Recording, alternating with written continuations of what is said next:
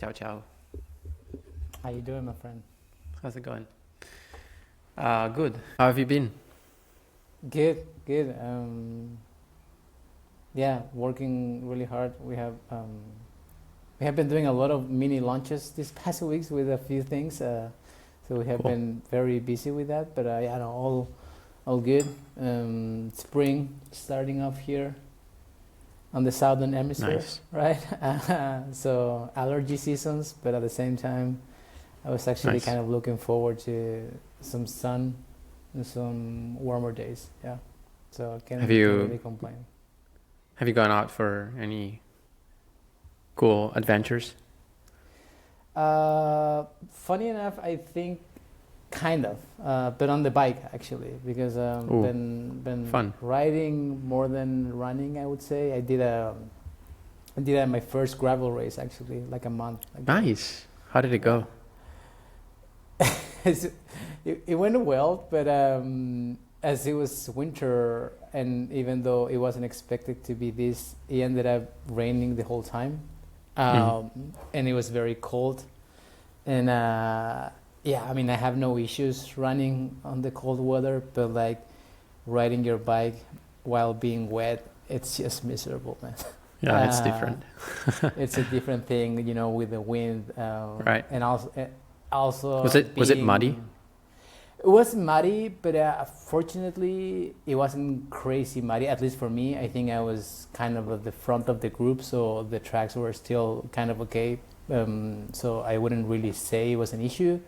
But then also, it's just this, as you are in a bunch, like with a group of people on bikes. When it is raining, things get very stressful, I think.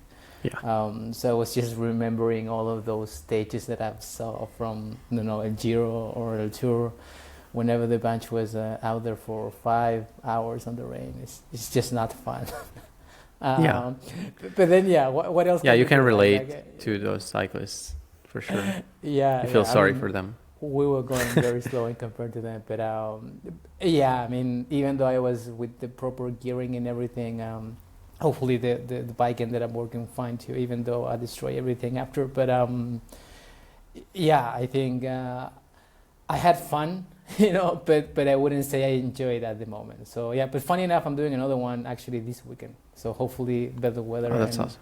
I will be How able long to. is it? So this one is going to be 90K. So Okay. like around 40-ish mile. The one that I did actually was longer, was a 100 miler. So I was Ooh. up there for like almost 6 hours. So that's a long, Six time hours? for a long time for being wet the Wow, whole that's a time. pretty fast average. Um, No? I I would guess so. say it's a 25, 26 per hour, 26. which I think for Yeah. gravel is decent. It's not super fast, it's not crazy. Was it fast, hilly? because It was very hilly actually. Mm. It was never flat. We did 100 mile with 3,000 meters of vert, so almost Mhm. 10,000 feet of elevation gain, but never on a long climb. It was just like up and down. I was also Nice. picturing myself, doing a strata, just like I was also kind of yeah, just like playing games in my mind about how we would be to one day do the amateur race of that one. Looks so fun.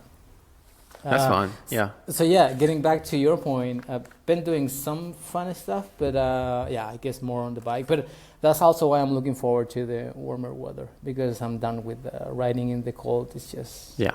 up to a point it gets to you. So yeah, I'm ready to hopefully get some more warmer days ahead. Yeah. For me, my cycling season is starting very soon because it's for me the fall and the winter Yeah, is the cycling season where I put in the hours and yeah, the miles. So yeah, looking forward to that. Hopefully, some good riding on the lake yeah. It's after my off season. I was actually gonna say that just that. It's been now almost 2 weeks, right? Or is it not 3 weeks now, right? 2 weeks Yeah, since from the World Championship. since Warsaw. Yeah. Yeah, Um, actually 12 days today. Yeah, because you raced it on Saturday, right? Yeah. Yeah. Kind of missed the time. Today there. is Thursday, October. Yeah, Nice. Yeah. So would you call this 2 weeks basically the core of the off season for you? Yeah, I guess so. And it's like, it's a little scary to think that I only have another week of like off season. I mean, of course, I can allow myself a little more time, and training is not going to be too aggressive from the very beginning. Like when I will restart training with a plan, with some structure. But maybe it's because I didn't really have time to like go on vacation or like properly take time off and free myself from everything. Which it's fine. Like I didn't want to like go on holiday by myself, and Gloria, she can't really afford to take time off from work right now. So yeah, things have been less busy and maybe slower than usual, but there's always stuff to do and things to take care of and people to answer, which is fine. Yeah. But I've found myself a little tired, and definitely with a little mental energy to dedicate to all my things. But that's fine. Yeah. I mean, I guess to your point too, it's even though we still have another 2.5 months to go for the year, it feels like this season has already been very long for you. You know, you started racing in February, right? Yeah. Last weekend of February, and then right until basically the end of September. So it's still, it's not like a full year, but in terms of running, that's quite long. So I would imagine very intense. Yeah, like I would imagine you finish one and then immediately kind of, even involuntarily or like unconsciously being thinking on the next one. So it may feel kind of maybe quote unquote weird to finish Worlds and then like, oh, now I can finally not think, at least for now, on what's next, right? And I can just unplug, rest and just try to recover. Yeah. I don't want to sound too negative, and I think with Gloria we'll take the chance to, I don't know, go somewhere for a weekend or so, and like maybe spend some time in the mountains, but just relax. And I think 2 or 3 days will be enough for us. But I think like unless you intentionally plan to take time off, it never really feels like proper rest. That's what I mean. So I'm not very good at that. I'm always like go. But yeah, I think I've been more conscious about like the balance between recovery and training, and how much stress I can actually take, and the fact that I definitely need a proper off season in order to have a good year of adventures and running. Yeah, I think, I mean, probably like, people can relate to the fact that, if you stay at home, you can always find something to do at home, whether that's just like finishing, something that you were planning to do and you never did, right? Or like a new thing. And then I think, at home, it's, even if you don't have quote unquote anything to do, you will find yourself something. So I totally understand the fact of like even taking a long weekend, just like to go somewhere else and then like literally try to unplug basically, and not just think of like your, I guess, to-do list, right? Or like what's next. So hoping that you guys can do that, because I think you definitely deserve it. Yeah. Thank you. Maybe touching on the season part, and again, I think we can go for hours talking about what you have done, because it's been incredible. But what's your take on basically the length of what you did? Like, is it sustainable, right? Like going from basically February up to like October, like not like back-to-back races, but like with a bunch of stuff going on in between. Yeah, exactly. I think the length of the season was sustainable. Like I didn't finish completely burned out and like fed up with running. Like I didn't want to take another step forward, which is good. Like I still have motivation to go out, and I feel pretty good about that. Oh. I think the density of racing was maybe a little bit too much at times, and there were a couple of races that, in retrospect, they felt a little bit too much. Like they were, I don't want to say unnecessary, because it's all part of the preparation, and every race is a training stimulus. So it's all part of the build-up. That's what I wanted to say. But, for example, when I went to Chianti, it was just a couple of days before leaving to go to the US, to Mammoth, where I did the training camp before Canyons. And it was like a quick trip to Tuscany and back. That felt a little rushed. And even though Chianti went really well, I won the marathon there. I think like just logistically and also mentally, it required quite a lot of energy, which luckily I had, but maybe in the economy of the season, it was I just want to be a little more conscious for next year. And I'm just aware that not every season is the same. So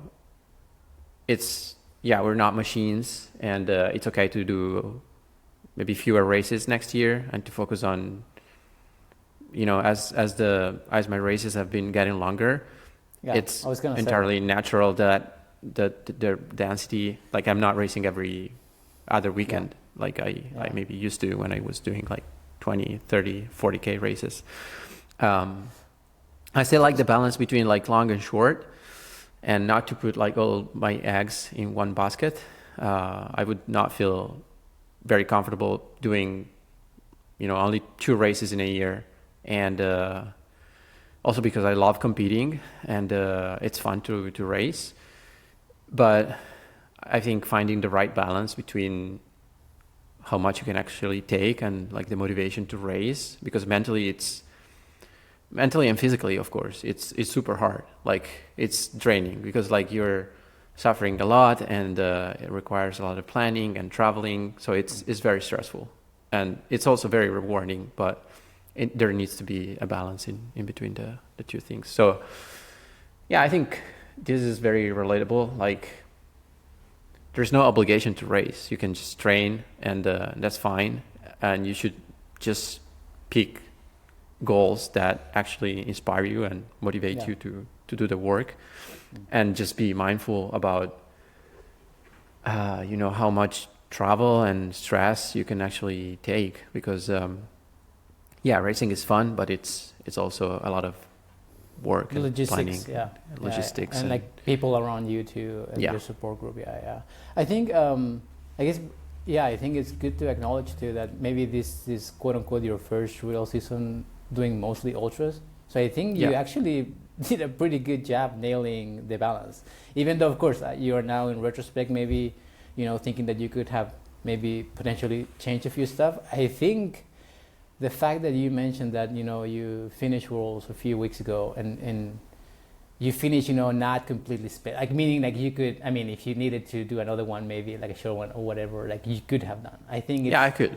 It's a good way of like finishing a season like this, not completely spent, meaning like, oh no, like the least thing that I want to do now is like put my shoes and go for a run. Like it's like that thing like in training, like sometimes we can overdo like a long run or like a hard session. Like it's always better to feel like you could have gone a little bit further or done a little bit more, like an extra interval than completely like go overboard and not wanting to do more. So I think actually, like, again, I'm pretty impressed that you managed to find a good balance. And even though if you can potentially do a few adjustments to it in the coming years, I think it's pretty exciting that you did all these races with amazing results, and you're still at the end of it feeling overall pretty good. Yeah, I'm very happy about that, and especially like maybe the biggest question mark that I had was like regarding the CCC and Worlds double Yeah, the within a double. month. Yeah. That worked out really well, actually. I was surprised by how well the recovery after CCC went. I think I was at my peak fitness for CCC. Obviously, the race was really, really good, but also like the recovery afterwards. Then Worlds, it didn't really go according to my expectations. Main reason is because I had a little injury a couple of weeks before the race, which forced me to change plans, and I wasn't able to run much in the couple of weeks leading up to the race. I was just grateful to be on the start line and to have the possibility to compete, but I knew that I was not 100% ready. And funny thing, it's actually very simple. I had terrible cramps since the first downhill, like a complete beginner. And I went like from 4th place to 49th place on the first downhill because I had to stop so many times and hike, and everyone was passing me, and it was actually nice because like everyone was checking on me and making sure I was Of course. doing okay, and I felt very grateful for that. And it was a little bit surreal because I was in that situation, a very important race, didn't really know what to do. I didn't feel like sad or anything, maybe because I was, I also knew I didn't have anything to prove. Like my season, I was 100% satisfied with what I did. Any result or performance at Worlds was just the cherry on top of everything. So I didn't feel disappointed. And I think that's what allowed me to mentally stay in the race and not give up. Yeah. And even if I didn't have the race that I wanted, in the first half was terrible. Like every downhill, so much cramping and hurting. It was not fun. But I think the experience was still very important, as it taught me to not give up and to still push hard and do the best, even if the day was definitely not perfect. And I went from 49th place to finishing 9th, which is still a decent result. I mean, if you're not happy with a 9th place at Worlds, it means that the bar has been set pretty high. So I'm very happy about that, and the fact that I still fought until the end and helped my team win a bronze medal. Yeah, which was still good.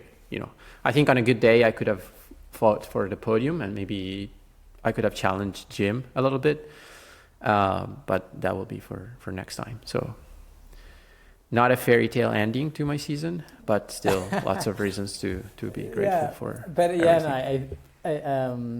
I think it's pretty remarkable that now hearing you say that you struggle a lot, especially on a course that it was brutal, right? Like brutal, but so beautiful. Did you see the images? Yeah, of course. Oh my gosh. Yeah. Actually, it was insane.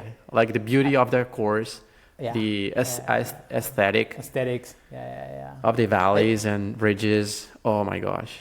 I want to say that from all of the live streams that I have watched this year, in terms of like pure, the aesthetics and like the landscape, this one was the most mind-blowing. Like they were having this great, I don't know if you rewatched some of it, but they were doing this drone shot, while you the drone shots were insane on the ridges, right? And like and that's actually the kind of race that I really like, when you're like literally in the mountains.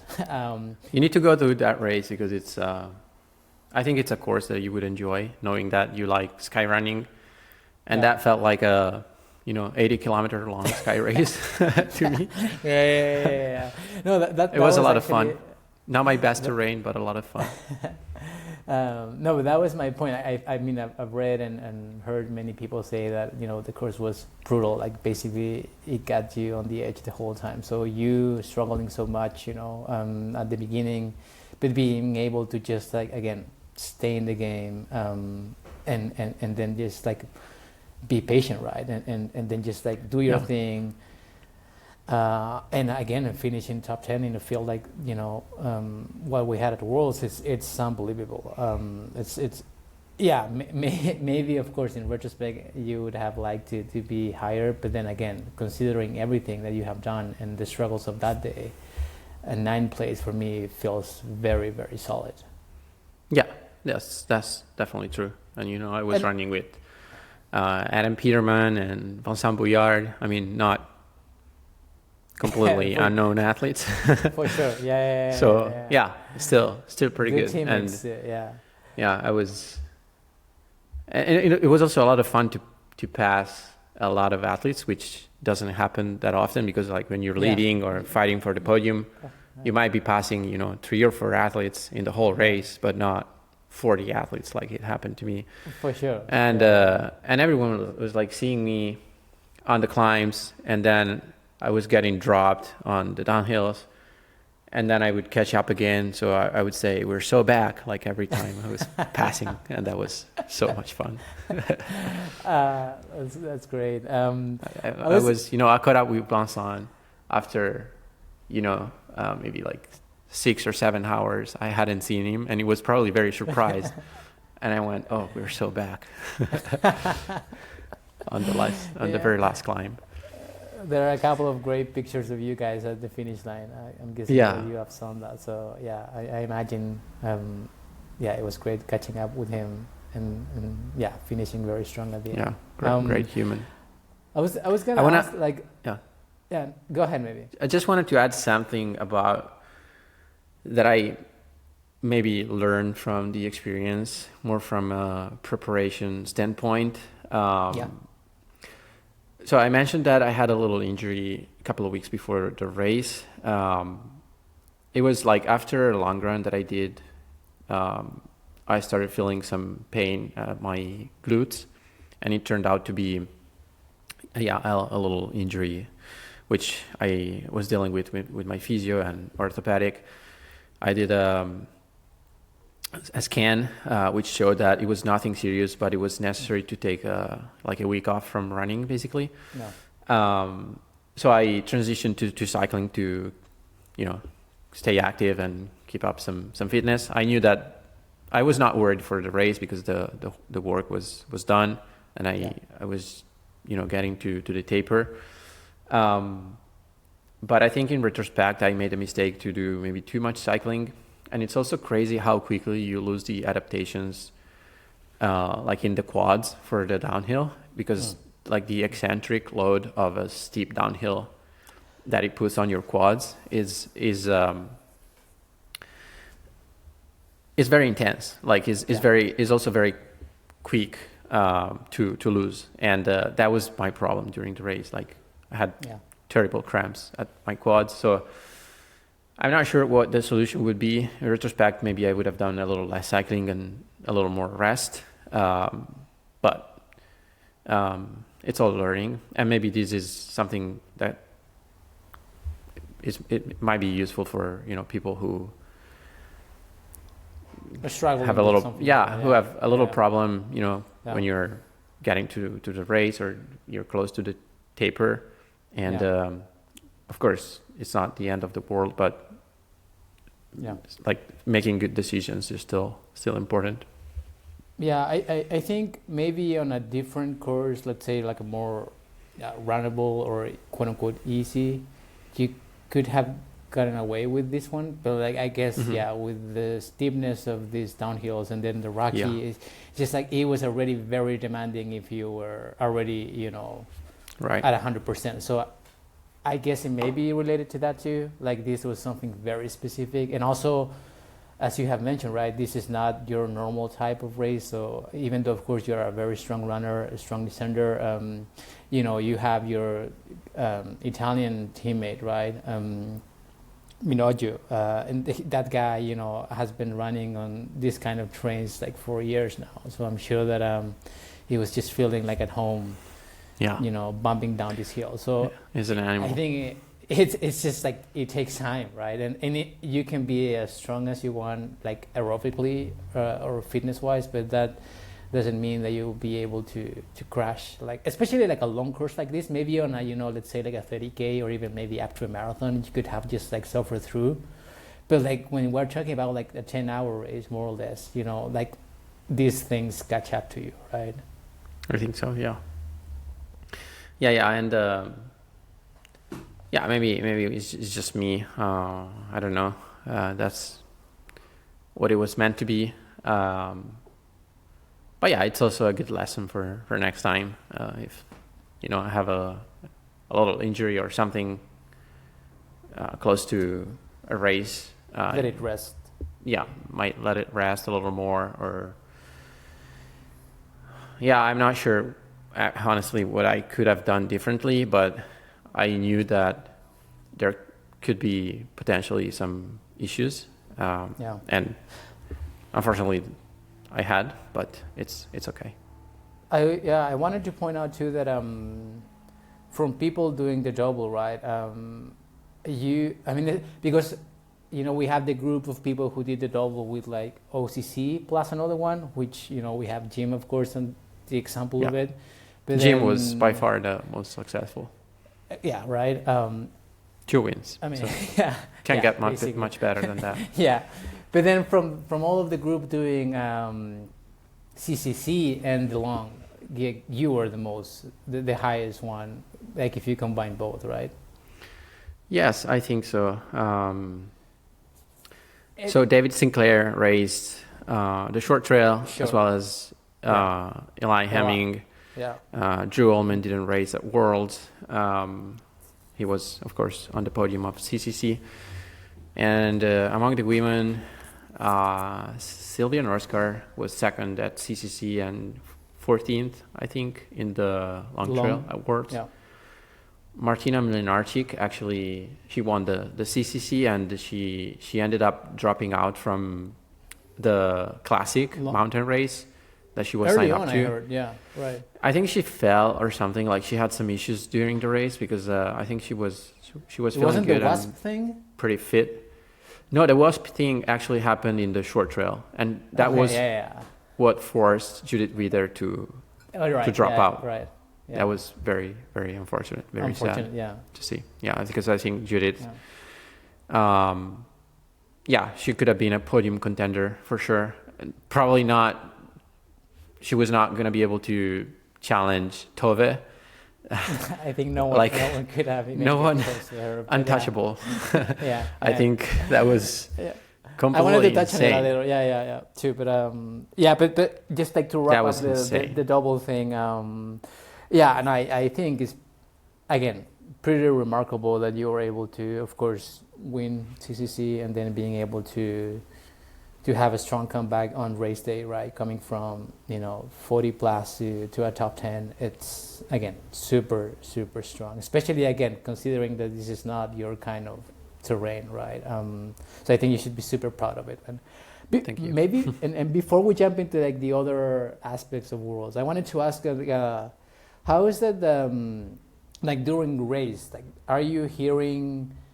Like Fran, you need to like basically how the team aspect of it work. Like, as you were getting close to the finish line, were you aware that you were basically running for putting Italy at the third place, or that wasn't in your radar? Yeah, that was in my radar. I had updates from my teammates and our physio and team staff at 80 stations. And I still knew I was the third Italian. Christian Minoggio and Andreas Reiter were in front of me for most part of the race. So I knew that my spot was still important for the team ranking. And but the thing is, in long, it's I think in long and classic, it's out of the time gaps, right? Not positions.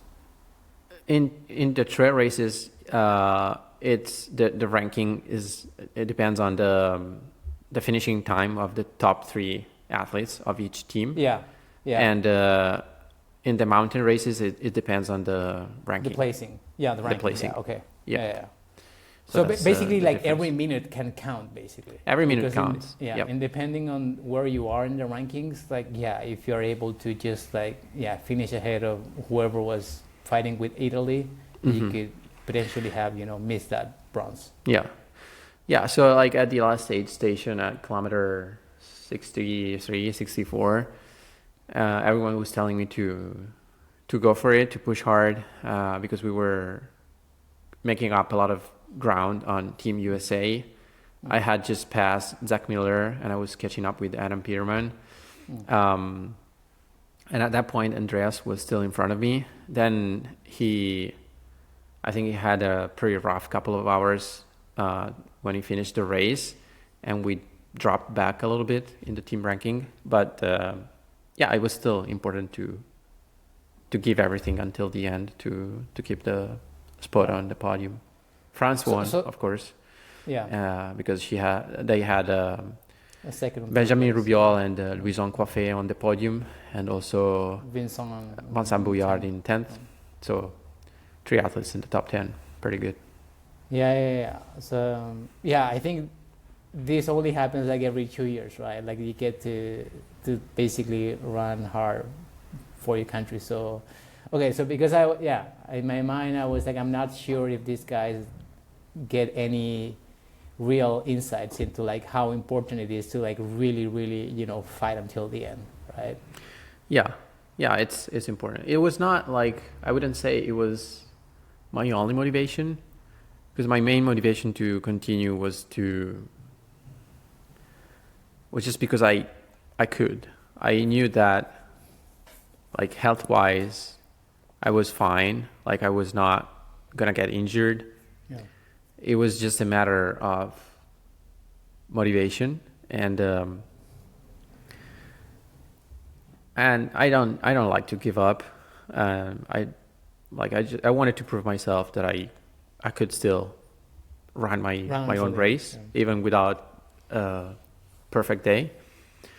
And that's why I'm still happy that I'm still happy for my performance, because based on how I was feeling and the day that I had, I think it was still the very best that I could manage. Yeah. And a lot of people were actually very impressed by my comeback to go from 49th to 9th place. A lot of people told me, everyone else in your situation would have given up, but you didn't. So that made me proud. That shows how much you love this sport. Yeah. I knew that it was also my final race of the year, so better to give it all. afford to dig deep. And actually, I think it was the most painful post-race experience ever. Yeah. I went straight to the medical room, and I was given anti-inflammatory like painkillers immediately, because I was hurting so bad. I spent an hour like shaking for the cold, even if it wasn't cold. Like, it was just extremely tired, and your body probably just like dehydrated and very, very weak. And I was grateful to have my team doctor and the medical staff with me to take care of me. That's great, man. And I mean, not great that you were in that situation, but like great that you had the support, and then you were able to finish strong and close up an amazing season again. And then finally, kudos for Italy. I think you guys did amazing. I mean, the ladies won gold, right? The ladies won, long distance too. You guys got 3rd place. Did you guys have like a team dinner or whatever? Just like, I guess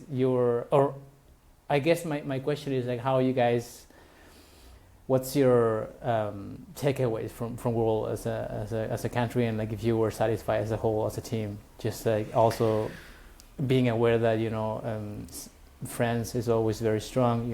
Everybody was talking about the Spaniards, of course, being at home. Then the US, of course, had a very strong team for the long one, especially. So I think you guys again did very well overall. Yeah. Yeah, I think French is a powerhouse. Obviously, we actually have a team debrief tonight. Uh, we're doing an online call with everyone and our Nice. coaches and team staff, so that's gonna be interesting.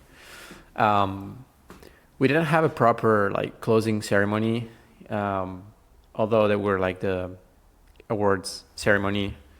So it was a chance to see other people, talk to athletes, exchange gear, which is a classic at Worlds. Yeah. Got some pretty nice gear from different countries. Yeah. um, but yeah, I think overall Team Italy did fairly well, with especially Fabiola Conti on the podium of the women's race in the Yeah. long trail, and then the gold medal, and for sure we could have hoped for a better placement. I mean, individually, talking about myself, but everyone knew that given the day that I had, I couldn't have asked myself for more. So nobody complained. For like everyone understood that it was fine. Yeah. Well, I mean, so that was a good experience, and it was also a pretty good edition of the World Champs. Maybe not as it didn't feel like as big as Innsbruck in terms of logistics and organization, but maybe it's because like Canfranc is very, very small. It's very not a small, city like Innsbruck. Innsbruck were a lot of more people and fans, and also we were staying about 30 kilometers from Innsbruck in a town called Haka, where like our hotels and most of the other teams were staying. So like the environment and atmosphere felt different from Innsbruck, but the quality of the races and the competitions, and especially the depth of the competition and the participation of the athletes was really, really good, I think. Yeah, interaction that you mentioned that, because I feel like an outsider, I guess, and a fan of the sport. It feels like every edition now for the past 6-8 years, it's just been growing and growing and growing. Like there's more excitement. Of course, there is more content too, which of course makes it different because we can basically like see more, right, and hear from everybody who is like within the teams and of course the runners itself. So I can totally see the difference at Innsbruck and Canfranc. Are completely different things, right? One is in the Austrian Alps and the other one is like in the Pyrenees, which the vibe is very different. So I guess I could see what you are saying, but then again, as a fan of the sport, it feels like Worlds it's now something that you look forward to as a spectator too, which I think it's great, right? It's almost like sad that this is like every other year, because it feels like almost like you get to 2026 we get to forget about this, and then for 2027 it's back on. So it feels like a long wait for it. But then I feel countries are now having bigger representations too. Like people is more excited about it too. I'm just curious to see how things will turn out for Cape Town in 2027. But I feel like if I compare it to, let's say, the one that you did in Argentina, right? That was 2018, right? 2019. Where 2019. We're literally like way ahead of what was that edition, which technically hasn't been not even 10 years ago. So definitely progress, even with the live stream going on. To me it felt like this one was the biggest one, at least again in terms That's of good. things that you could see and looking forward to just like read and watch. That's good. I think it's a different perception depending if you are an athlete, racing and competing, or if you're a spectator from the outside. And I think for sure there has been positive steps forward in the organization and in the participation. Maybe it would require more efforts from a logistic and media standpoint. I think more could and should be done for this event, but we are on a good track, and the World Championship is gaining traction and visibility and importance in different environments among athletes for sure, but also brands and media. So it just takes a little time, but it's growing. Yeah, and I think for 2027 it will be another extra week or 2 weeks more than what it is this year, talking about like potentially not being so close to UTMB. Right, if I'm correct. I'm not sure, but it should be later in the season. Because again, getting back to the point of the double and whatnot, all of the French runners, right, that weren't allowed to basically compete at UTMB. I mean, I think for them it turned out well, overall. For sure. They really focused on their goal and they did really well. But of course, like also as an individual runners, you also probably want to take part of UTMB, even if that means running a shorter distance or whatnot. So I'm just also, I guess, curious to see how this will play out in the coming years. I think neither of those two events, meaning the finals at Chamonix and Worlds, make any favors being so close to each other, basically. So hopefully things can turn out for the best. Yeah, but I was still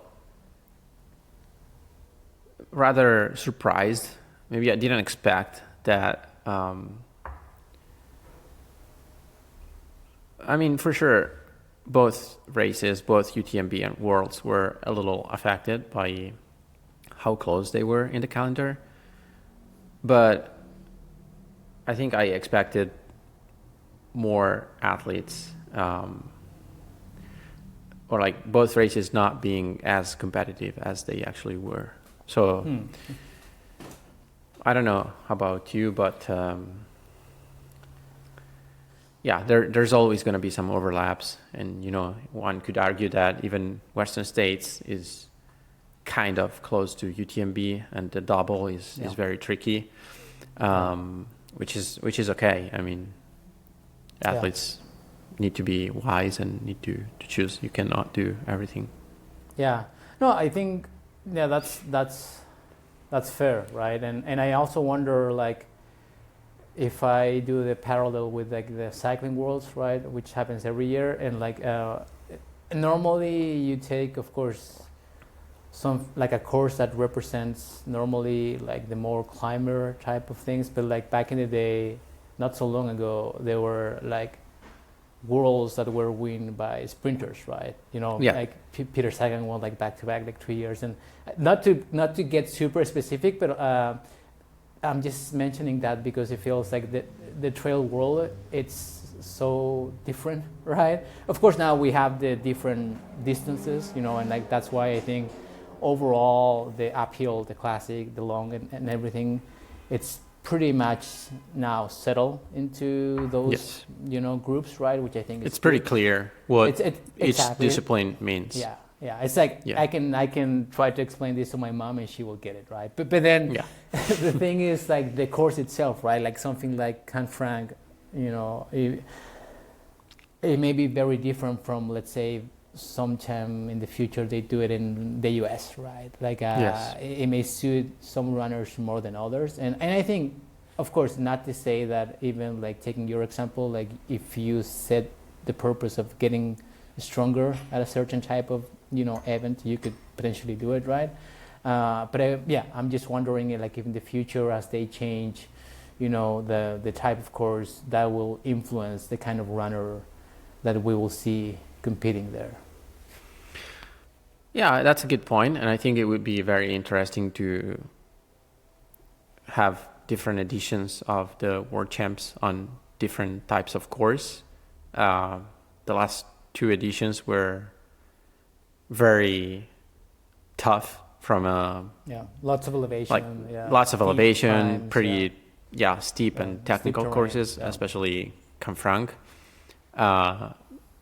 But trail running technically doesn't need to be you don't have any limit in terms of elevation or distance, and technically you could have a course that is relatively flat and still be a trail race, I think that could be fun to have. It's this idea of trail running being in the mountains. I feel like it's very European, but it's not necessarily true. Looking forward to having a world champs in the US or in the desert or somewhere else. That would be funny too. Imagine doing something like in Morocco or something that would be wild. Cape Town will be interesting no matter what. I haven't been there unfortunately, but everybody says the scene there is great, right? And then also the trails, apparently, depending on where you are, can get very technical too. Yes. They probably don't have massive climbs in the Alps or in the Pyrenees, but I'm sure the trails are not easy there. Yes. I think we touched briefly on it, but I wanted to of course talk about maybe what could potentially be the highlights of the Worlds, meaning Toby winning so strongly the classic. I think she deserves this award. I was watching that live stream actually live, so for me it was pretty crazy seeing just how hard she was running. It was unreal, really. Especially because I kind of understand how hard it is to run hard on those kind of terrains. I was completely blown away by the way that she moved there. But I think touching briefly too on of course her result, but the fact that why we haven't seen more of her in the other races, right? And I think potentially she did very well because she focused on this race almost entirely. And I'm saying this without saying, right? So I may be completely wrong, but I've heard that she spent time there. She did another race, a couple of weeks before. She was basically 100% in it for it, and of course it paid off because she did amazing, right? But I'm basically just wondering how what could Toby do, something at OCC, right, or something like that, or maybe Golden Trail Series, I don't know, or why she haven't seen her before. But totally mind blowing seeing her, winning by such a large margin, and it's not like her competitors were slow. Sarah did an amazing race too, and everybody was just running a strong, but again, she was just in a different world that day. Yeah, especially compared to the male athletes, and it's how crazy. High she was on the overall ranking. It's crazy. It's crazy. Did you get to talk with her? I didn't get to talk to her, unfortunately, but I was completely blown away and inspired by her performance. And I think, to your point, I think she's a very interesting and peculiar athlete, unlike pretty much any other. She's won world titles in ski mountaineering, orienteering, and trail running. She can do pretty much everything. It's not easy to categorize her, and I think as fans, as media, we like to categorize people Francesco is 100K or 50K specialist. You can't really do that with Tovi, which I think is cool. And her approach to the sport is pretty atypical, but it's very interesting. And I don't know. It would be fun to see her on other races, and I think it might come for the future. I'm not sure what's in her plans, But it's also really cool to see her, once or twice a year throw down such a crazy performance. Yeah. I think it's just like I would love to see her at Segama, Segama. That's her just, like race. such a historical race. And like I think like she won by such a large margin that made it look easy, which I know it isn't, right? So I think like if she does like something like Segama, which has so many historical times, it's just like I guess easy to wrap your head around. Oh wow! Like if she run, this time, okay, that feels like in a different level, and she's totally in a different level, at least at Worlds. But I guess my point was that just like as Worlds is a very specific type of race, like even like the environment is just like different. It's hard to, I guess, for some people to put in perspective how crazy of a run she did there. Yeah, I'm not sure how many ITRA points she got for that performance. It might be like one of the highest scores. Yeah. I know that Jim had 970 points, which equals the best ITRA score ever by Remy Bonnet. So they are tied, 970. It's pretty insane. But yeah, that would be kind of cool to see. Even if, you never really know how accurate those scores are, but for sure they mean something. Yeah, totally. We still have, of course, a few months left of the year, and hopefully we get to catch up again soon. But overall, what's the plan for the off season? You already said cycling. No plans. Getting back to the base, but like so. No, for now is all about recovery and no more races this year. That's official. No more races this year. Yeah.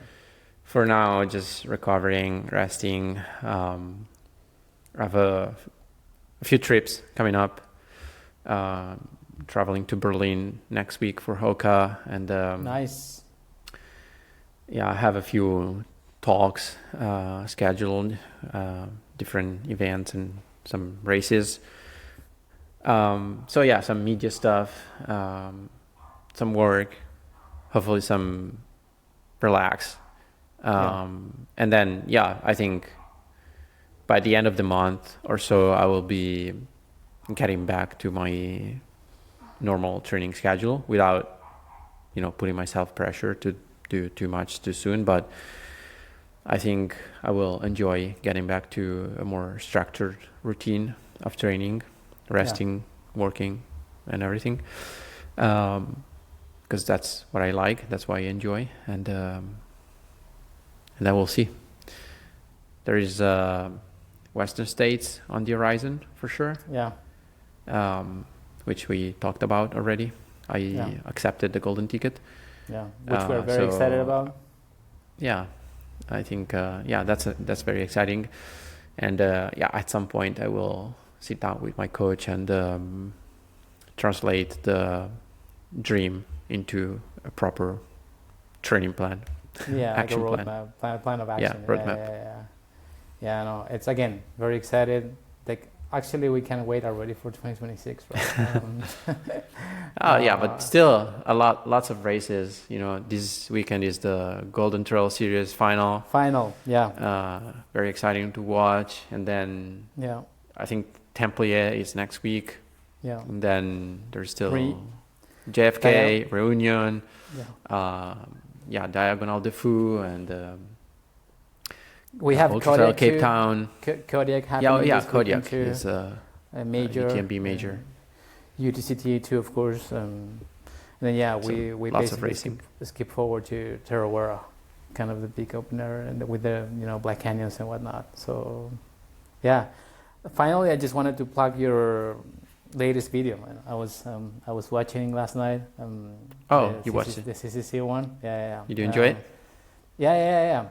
I was not expecting it to be on Italian though, but great that we have the subtitles. But I was trying to not read it too much, and I think I did. I'm pretty decent at understanding Italian. Good job. So it was just. I actually put a lot of effort in the subtitles, which they were great. my like task. Again, they were of course I'm not a native Italian, but I think no, you could tell that they were done by hand, you know. No, and just like quickly too, I think of course it's great seeing you at the actual race and just seeing, you know, the race from within, I guess, you know. But I think overall it was great seeing your, you know, your friends, you know, of course seeing Rita and you talking about her, and then having Tito there too. Again, everything is just very exciting, right? I think maybe we touched on this on one of our previous conversations, but I think we definitely lack this type of content out there in our sport. Not talking about just you, but overall, I think we need to do some catch up, and not to force people to start their YouTubes, right? But when I see the cycling world, even like the road running world now, of course triathlon, they have been big on YouTube, but it's just like exciting seeing more content around, you know, trail runners and ultras. So I think I don't know what plans do you have for that one next year, but hopefully you can continue doing that, because it's great, again, kind of seeing things from within. I think you do a great job talking with the camera, and just like, you know, what people want to see, right? Which is like what you do when you're not running, or when you're not training, right? Because a lot of the time on Instagram we get to see the great pictures, right, or the videos of like you crashing it, or any runner crashing it. But then, there is a lot of hours in the days to fill up. So you being able to talk about, again, your friends and your support group, I think it's also a great view into, you know, we run this by ourselves, but it's basically never, you know, we're always relying, right, on we're not people, alone, right? We're not alone, right? So I think it's great that you were able to touch on it. It takes a team for sure, and I think the documentary is a great piece, and I think the message that I wanted to share really comes across very naturally, Genuine, and for sure, genuine is very genuine, very definitely. authentic, unfiltered. That's why I like it. And I hope I can continue to do more of that, with of course some support. So if you want to support us, we're here. But it's been great also to have a little support from Hoka for the film, and there's some projects already for 2026. That's great. That's hopefully great to hear. we can make them happen. No, I'm sure that the feedback has been great, but I just wanted to we can link it in the show notes. Yeah, for sure, because I think it's a great watch. Again, also, like there is a bit of everything, I think, like race strategy and the aid stations and nutrition, but also like some more like deeper moments and some funny moments as well. Like, so I like the balance between the reflections and some other like more funny and fun moments. Like one that I could totally relate to, and again I think this is the good part, right? Like you don't need to run as strong as you to relate to some of this stuff. It's like I think you were in Valorcine, and like you were coming in and out. You were of course like completely out of it, right? Because it was at the end, and you were coming out of the aid station like quickly, and Rita told you, no, like you need to drink, and like you come back, you take the drink, you give it a heart, say you love it, and then you move on. It's like I think again, you don't need to be at the front of the race to experience something like that, especially if you have had crew around you, which I think it's maybe a little bit of time, and hence the whole experience, right? By the end you are so out of it, right? Like you're just like, you just want to go, you just want to finish, right? And like your mind sometimes just like shut down, and like we have these people talking at you, and like we don't really know what is happening, but as we have so much trust in this person, or like the people around us, we just like do whatever we're told, right? And then we move. So that snippet was fun, because I have definitely been in a situation like that, when I have just like being completely rely on my friends, or Danny or whatever. So So yeah, go watch it. I think it's a great documentary. Thanks, Max. It was fun to catch up with you, and yeah, I am planning more conversations with athletes now that the season is over and everyone is a little more flexible and free. So stay tuned. Good stuff is coming, and yeah, see you again. No, always a pleasure to talk to you again very soon. Yeah, and again, congrats on an amazing season, man. 2025. It's gonna be hard. It's gonna be hard to top this one. I think it's the hardest. I don't want to talk about. I don't want to think about it. Yeah, no, each year, you know, it's special for different reasons, right? And beyond the results is the process and the journey. So yeah, I think this will be definitely one to remember. But yeah, also excited for new things, right? All right. Okay, Max. Thank you. And see you soon. Ciao, ciao.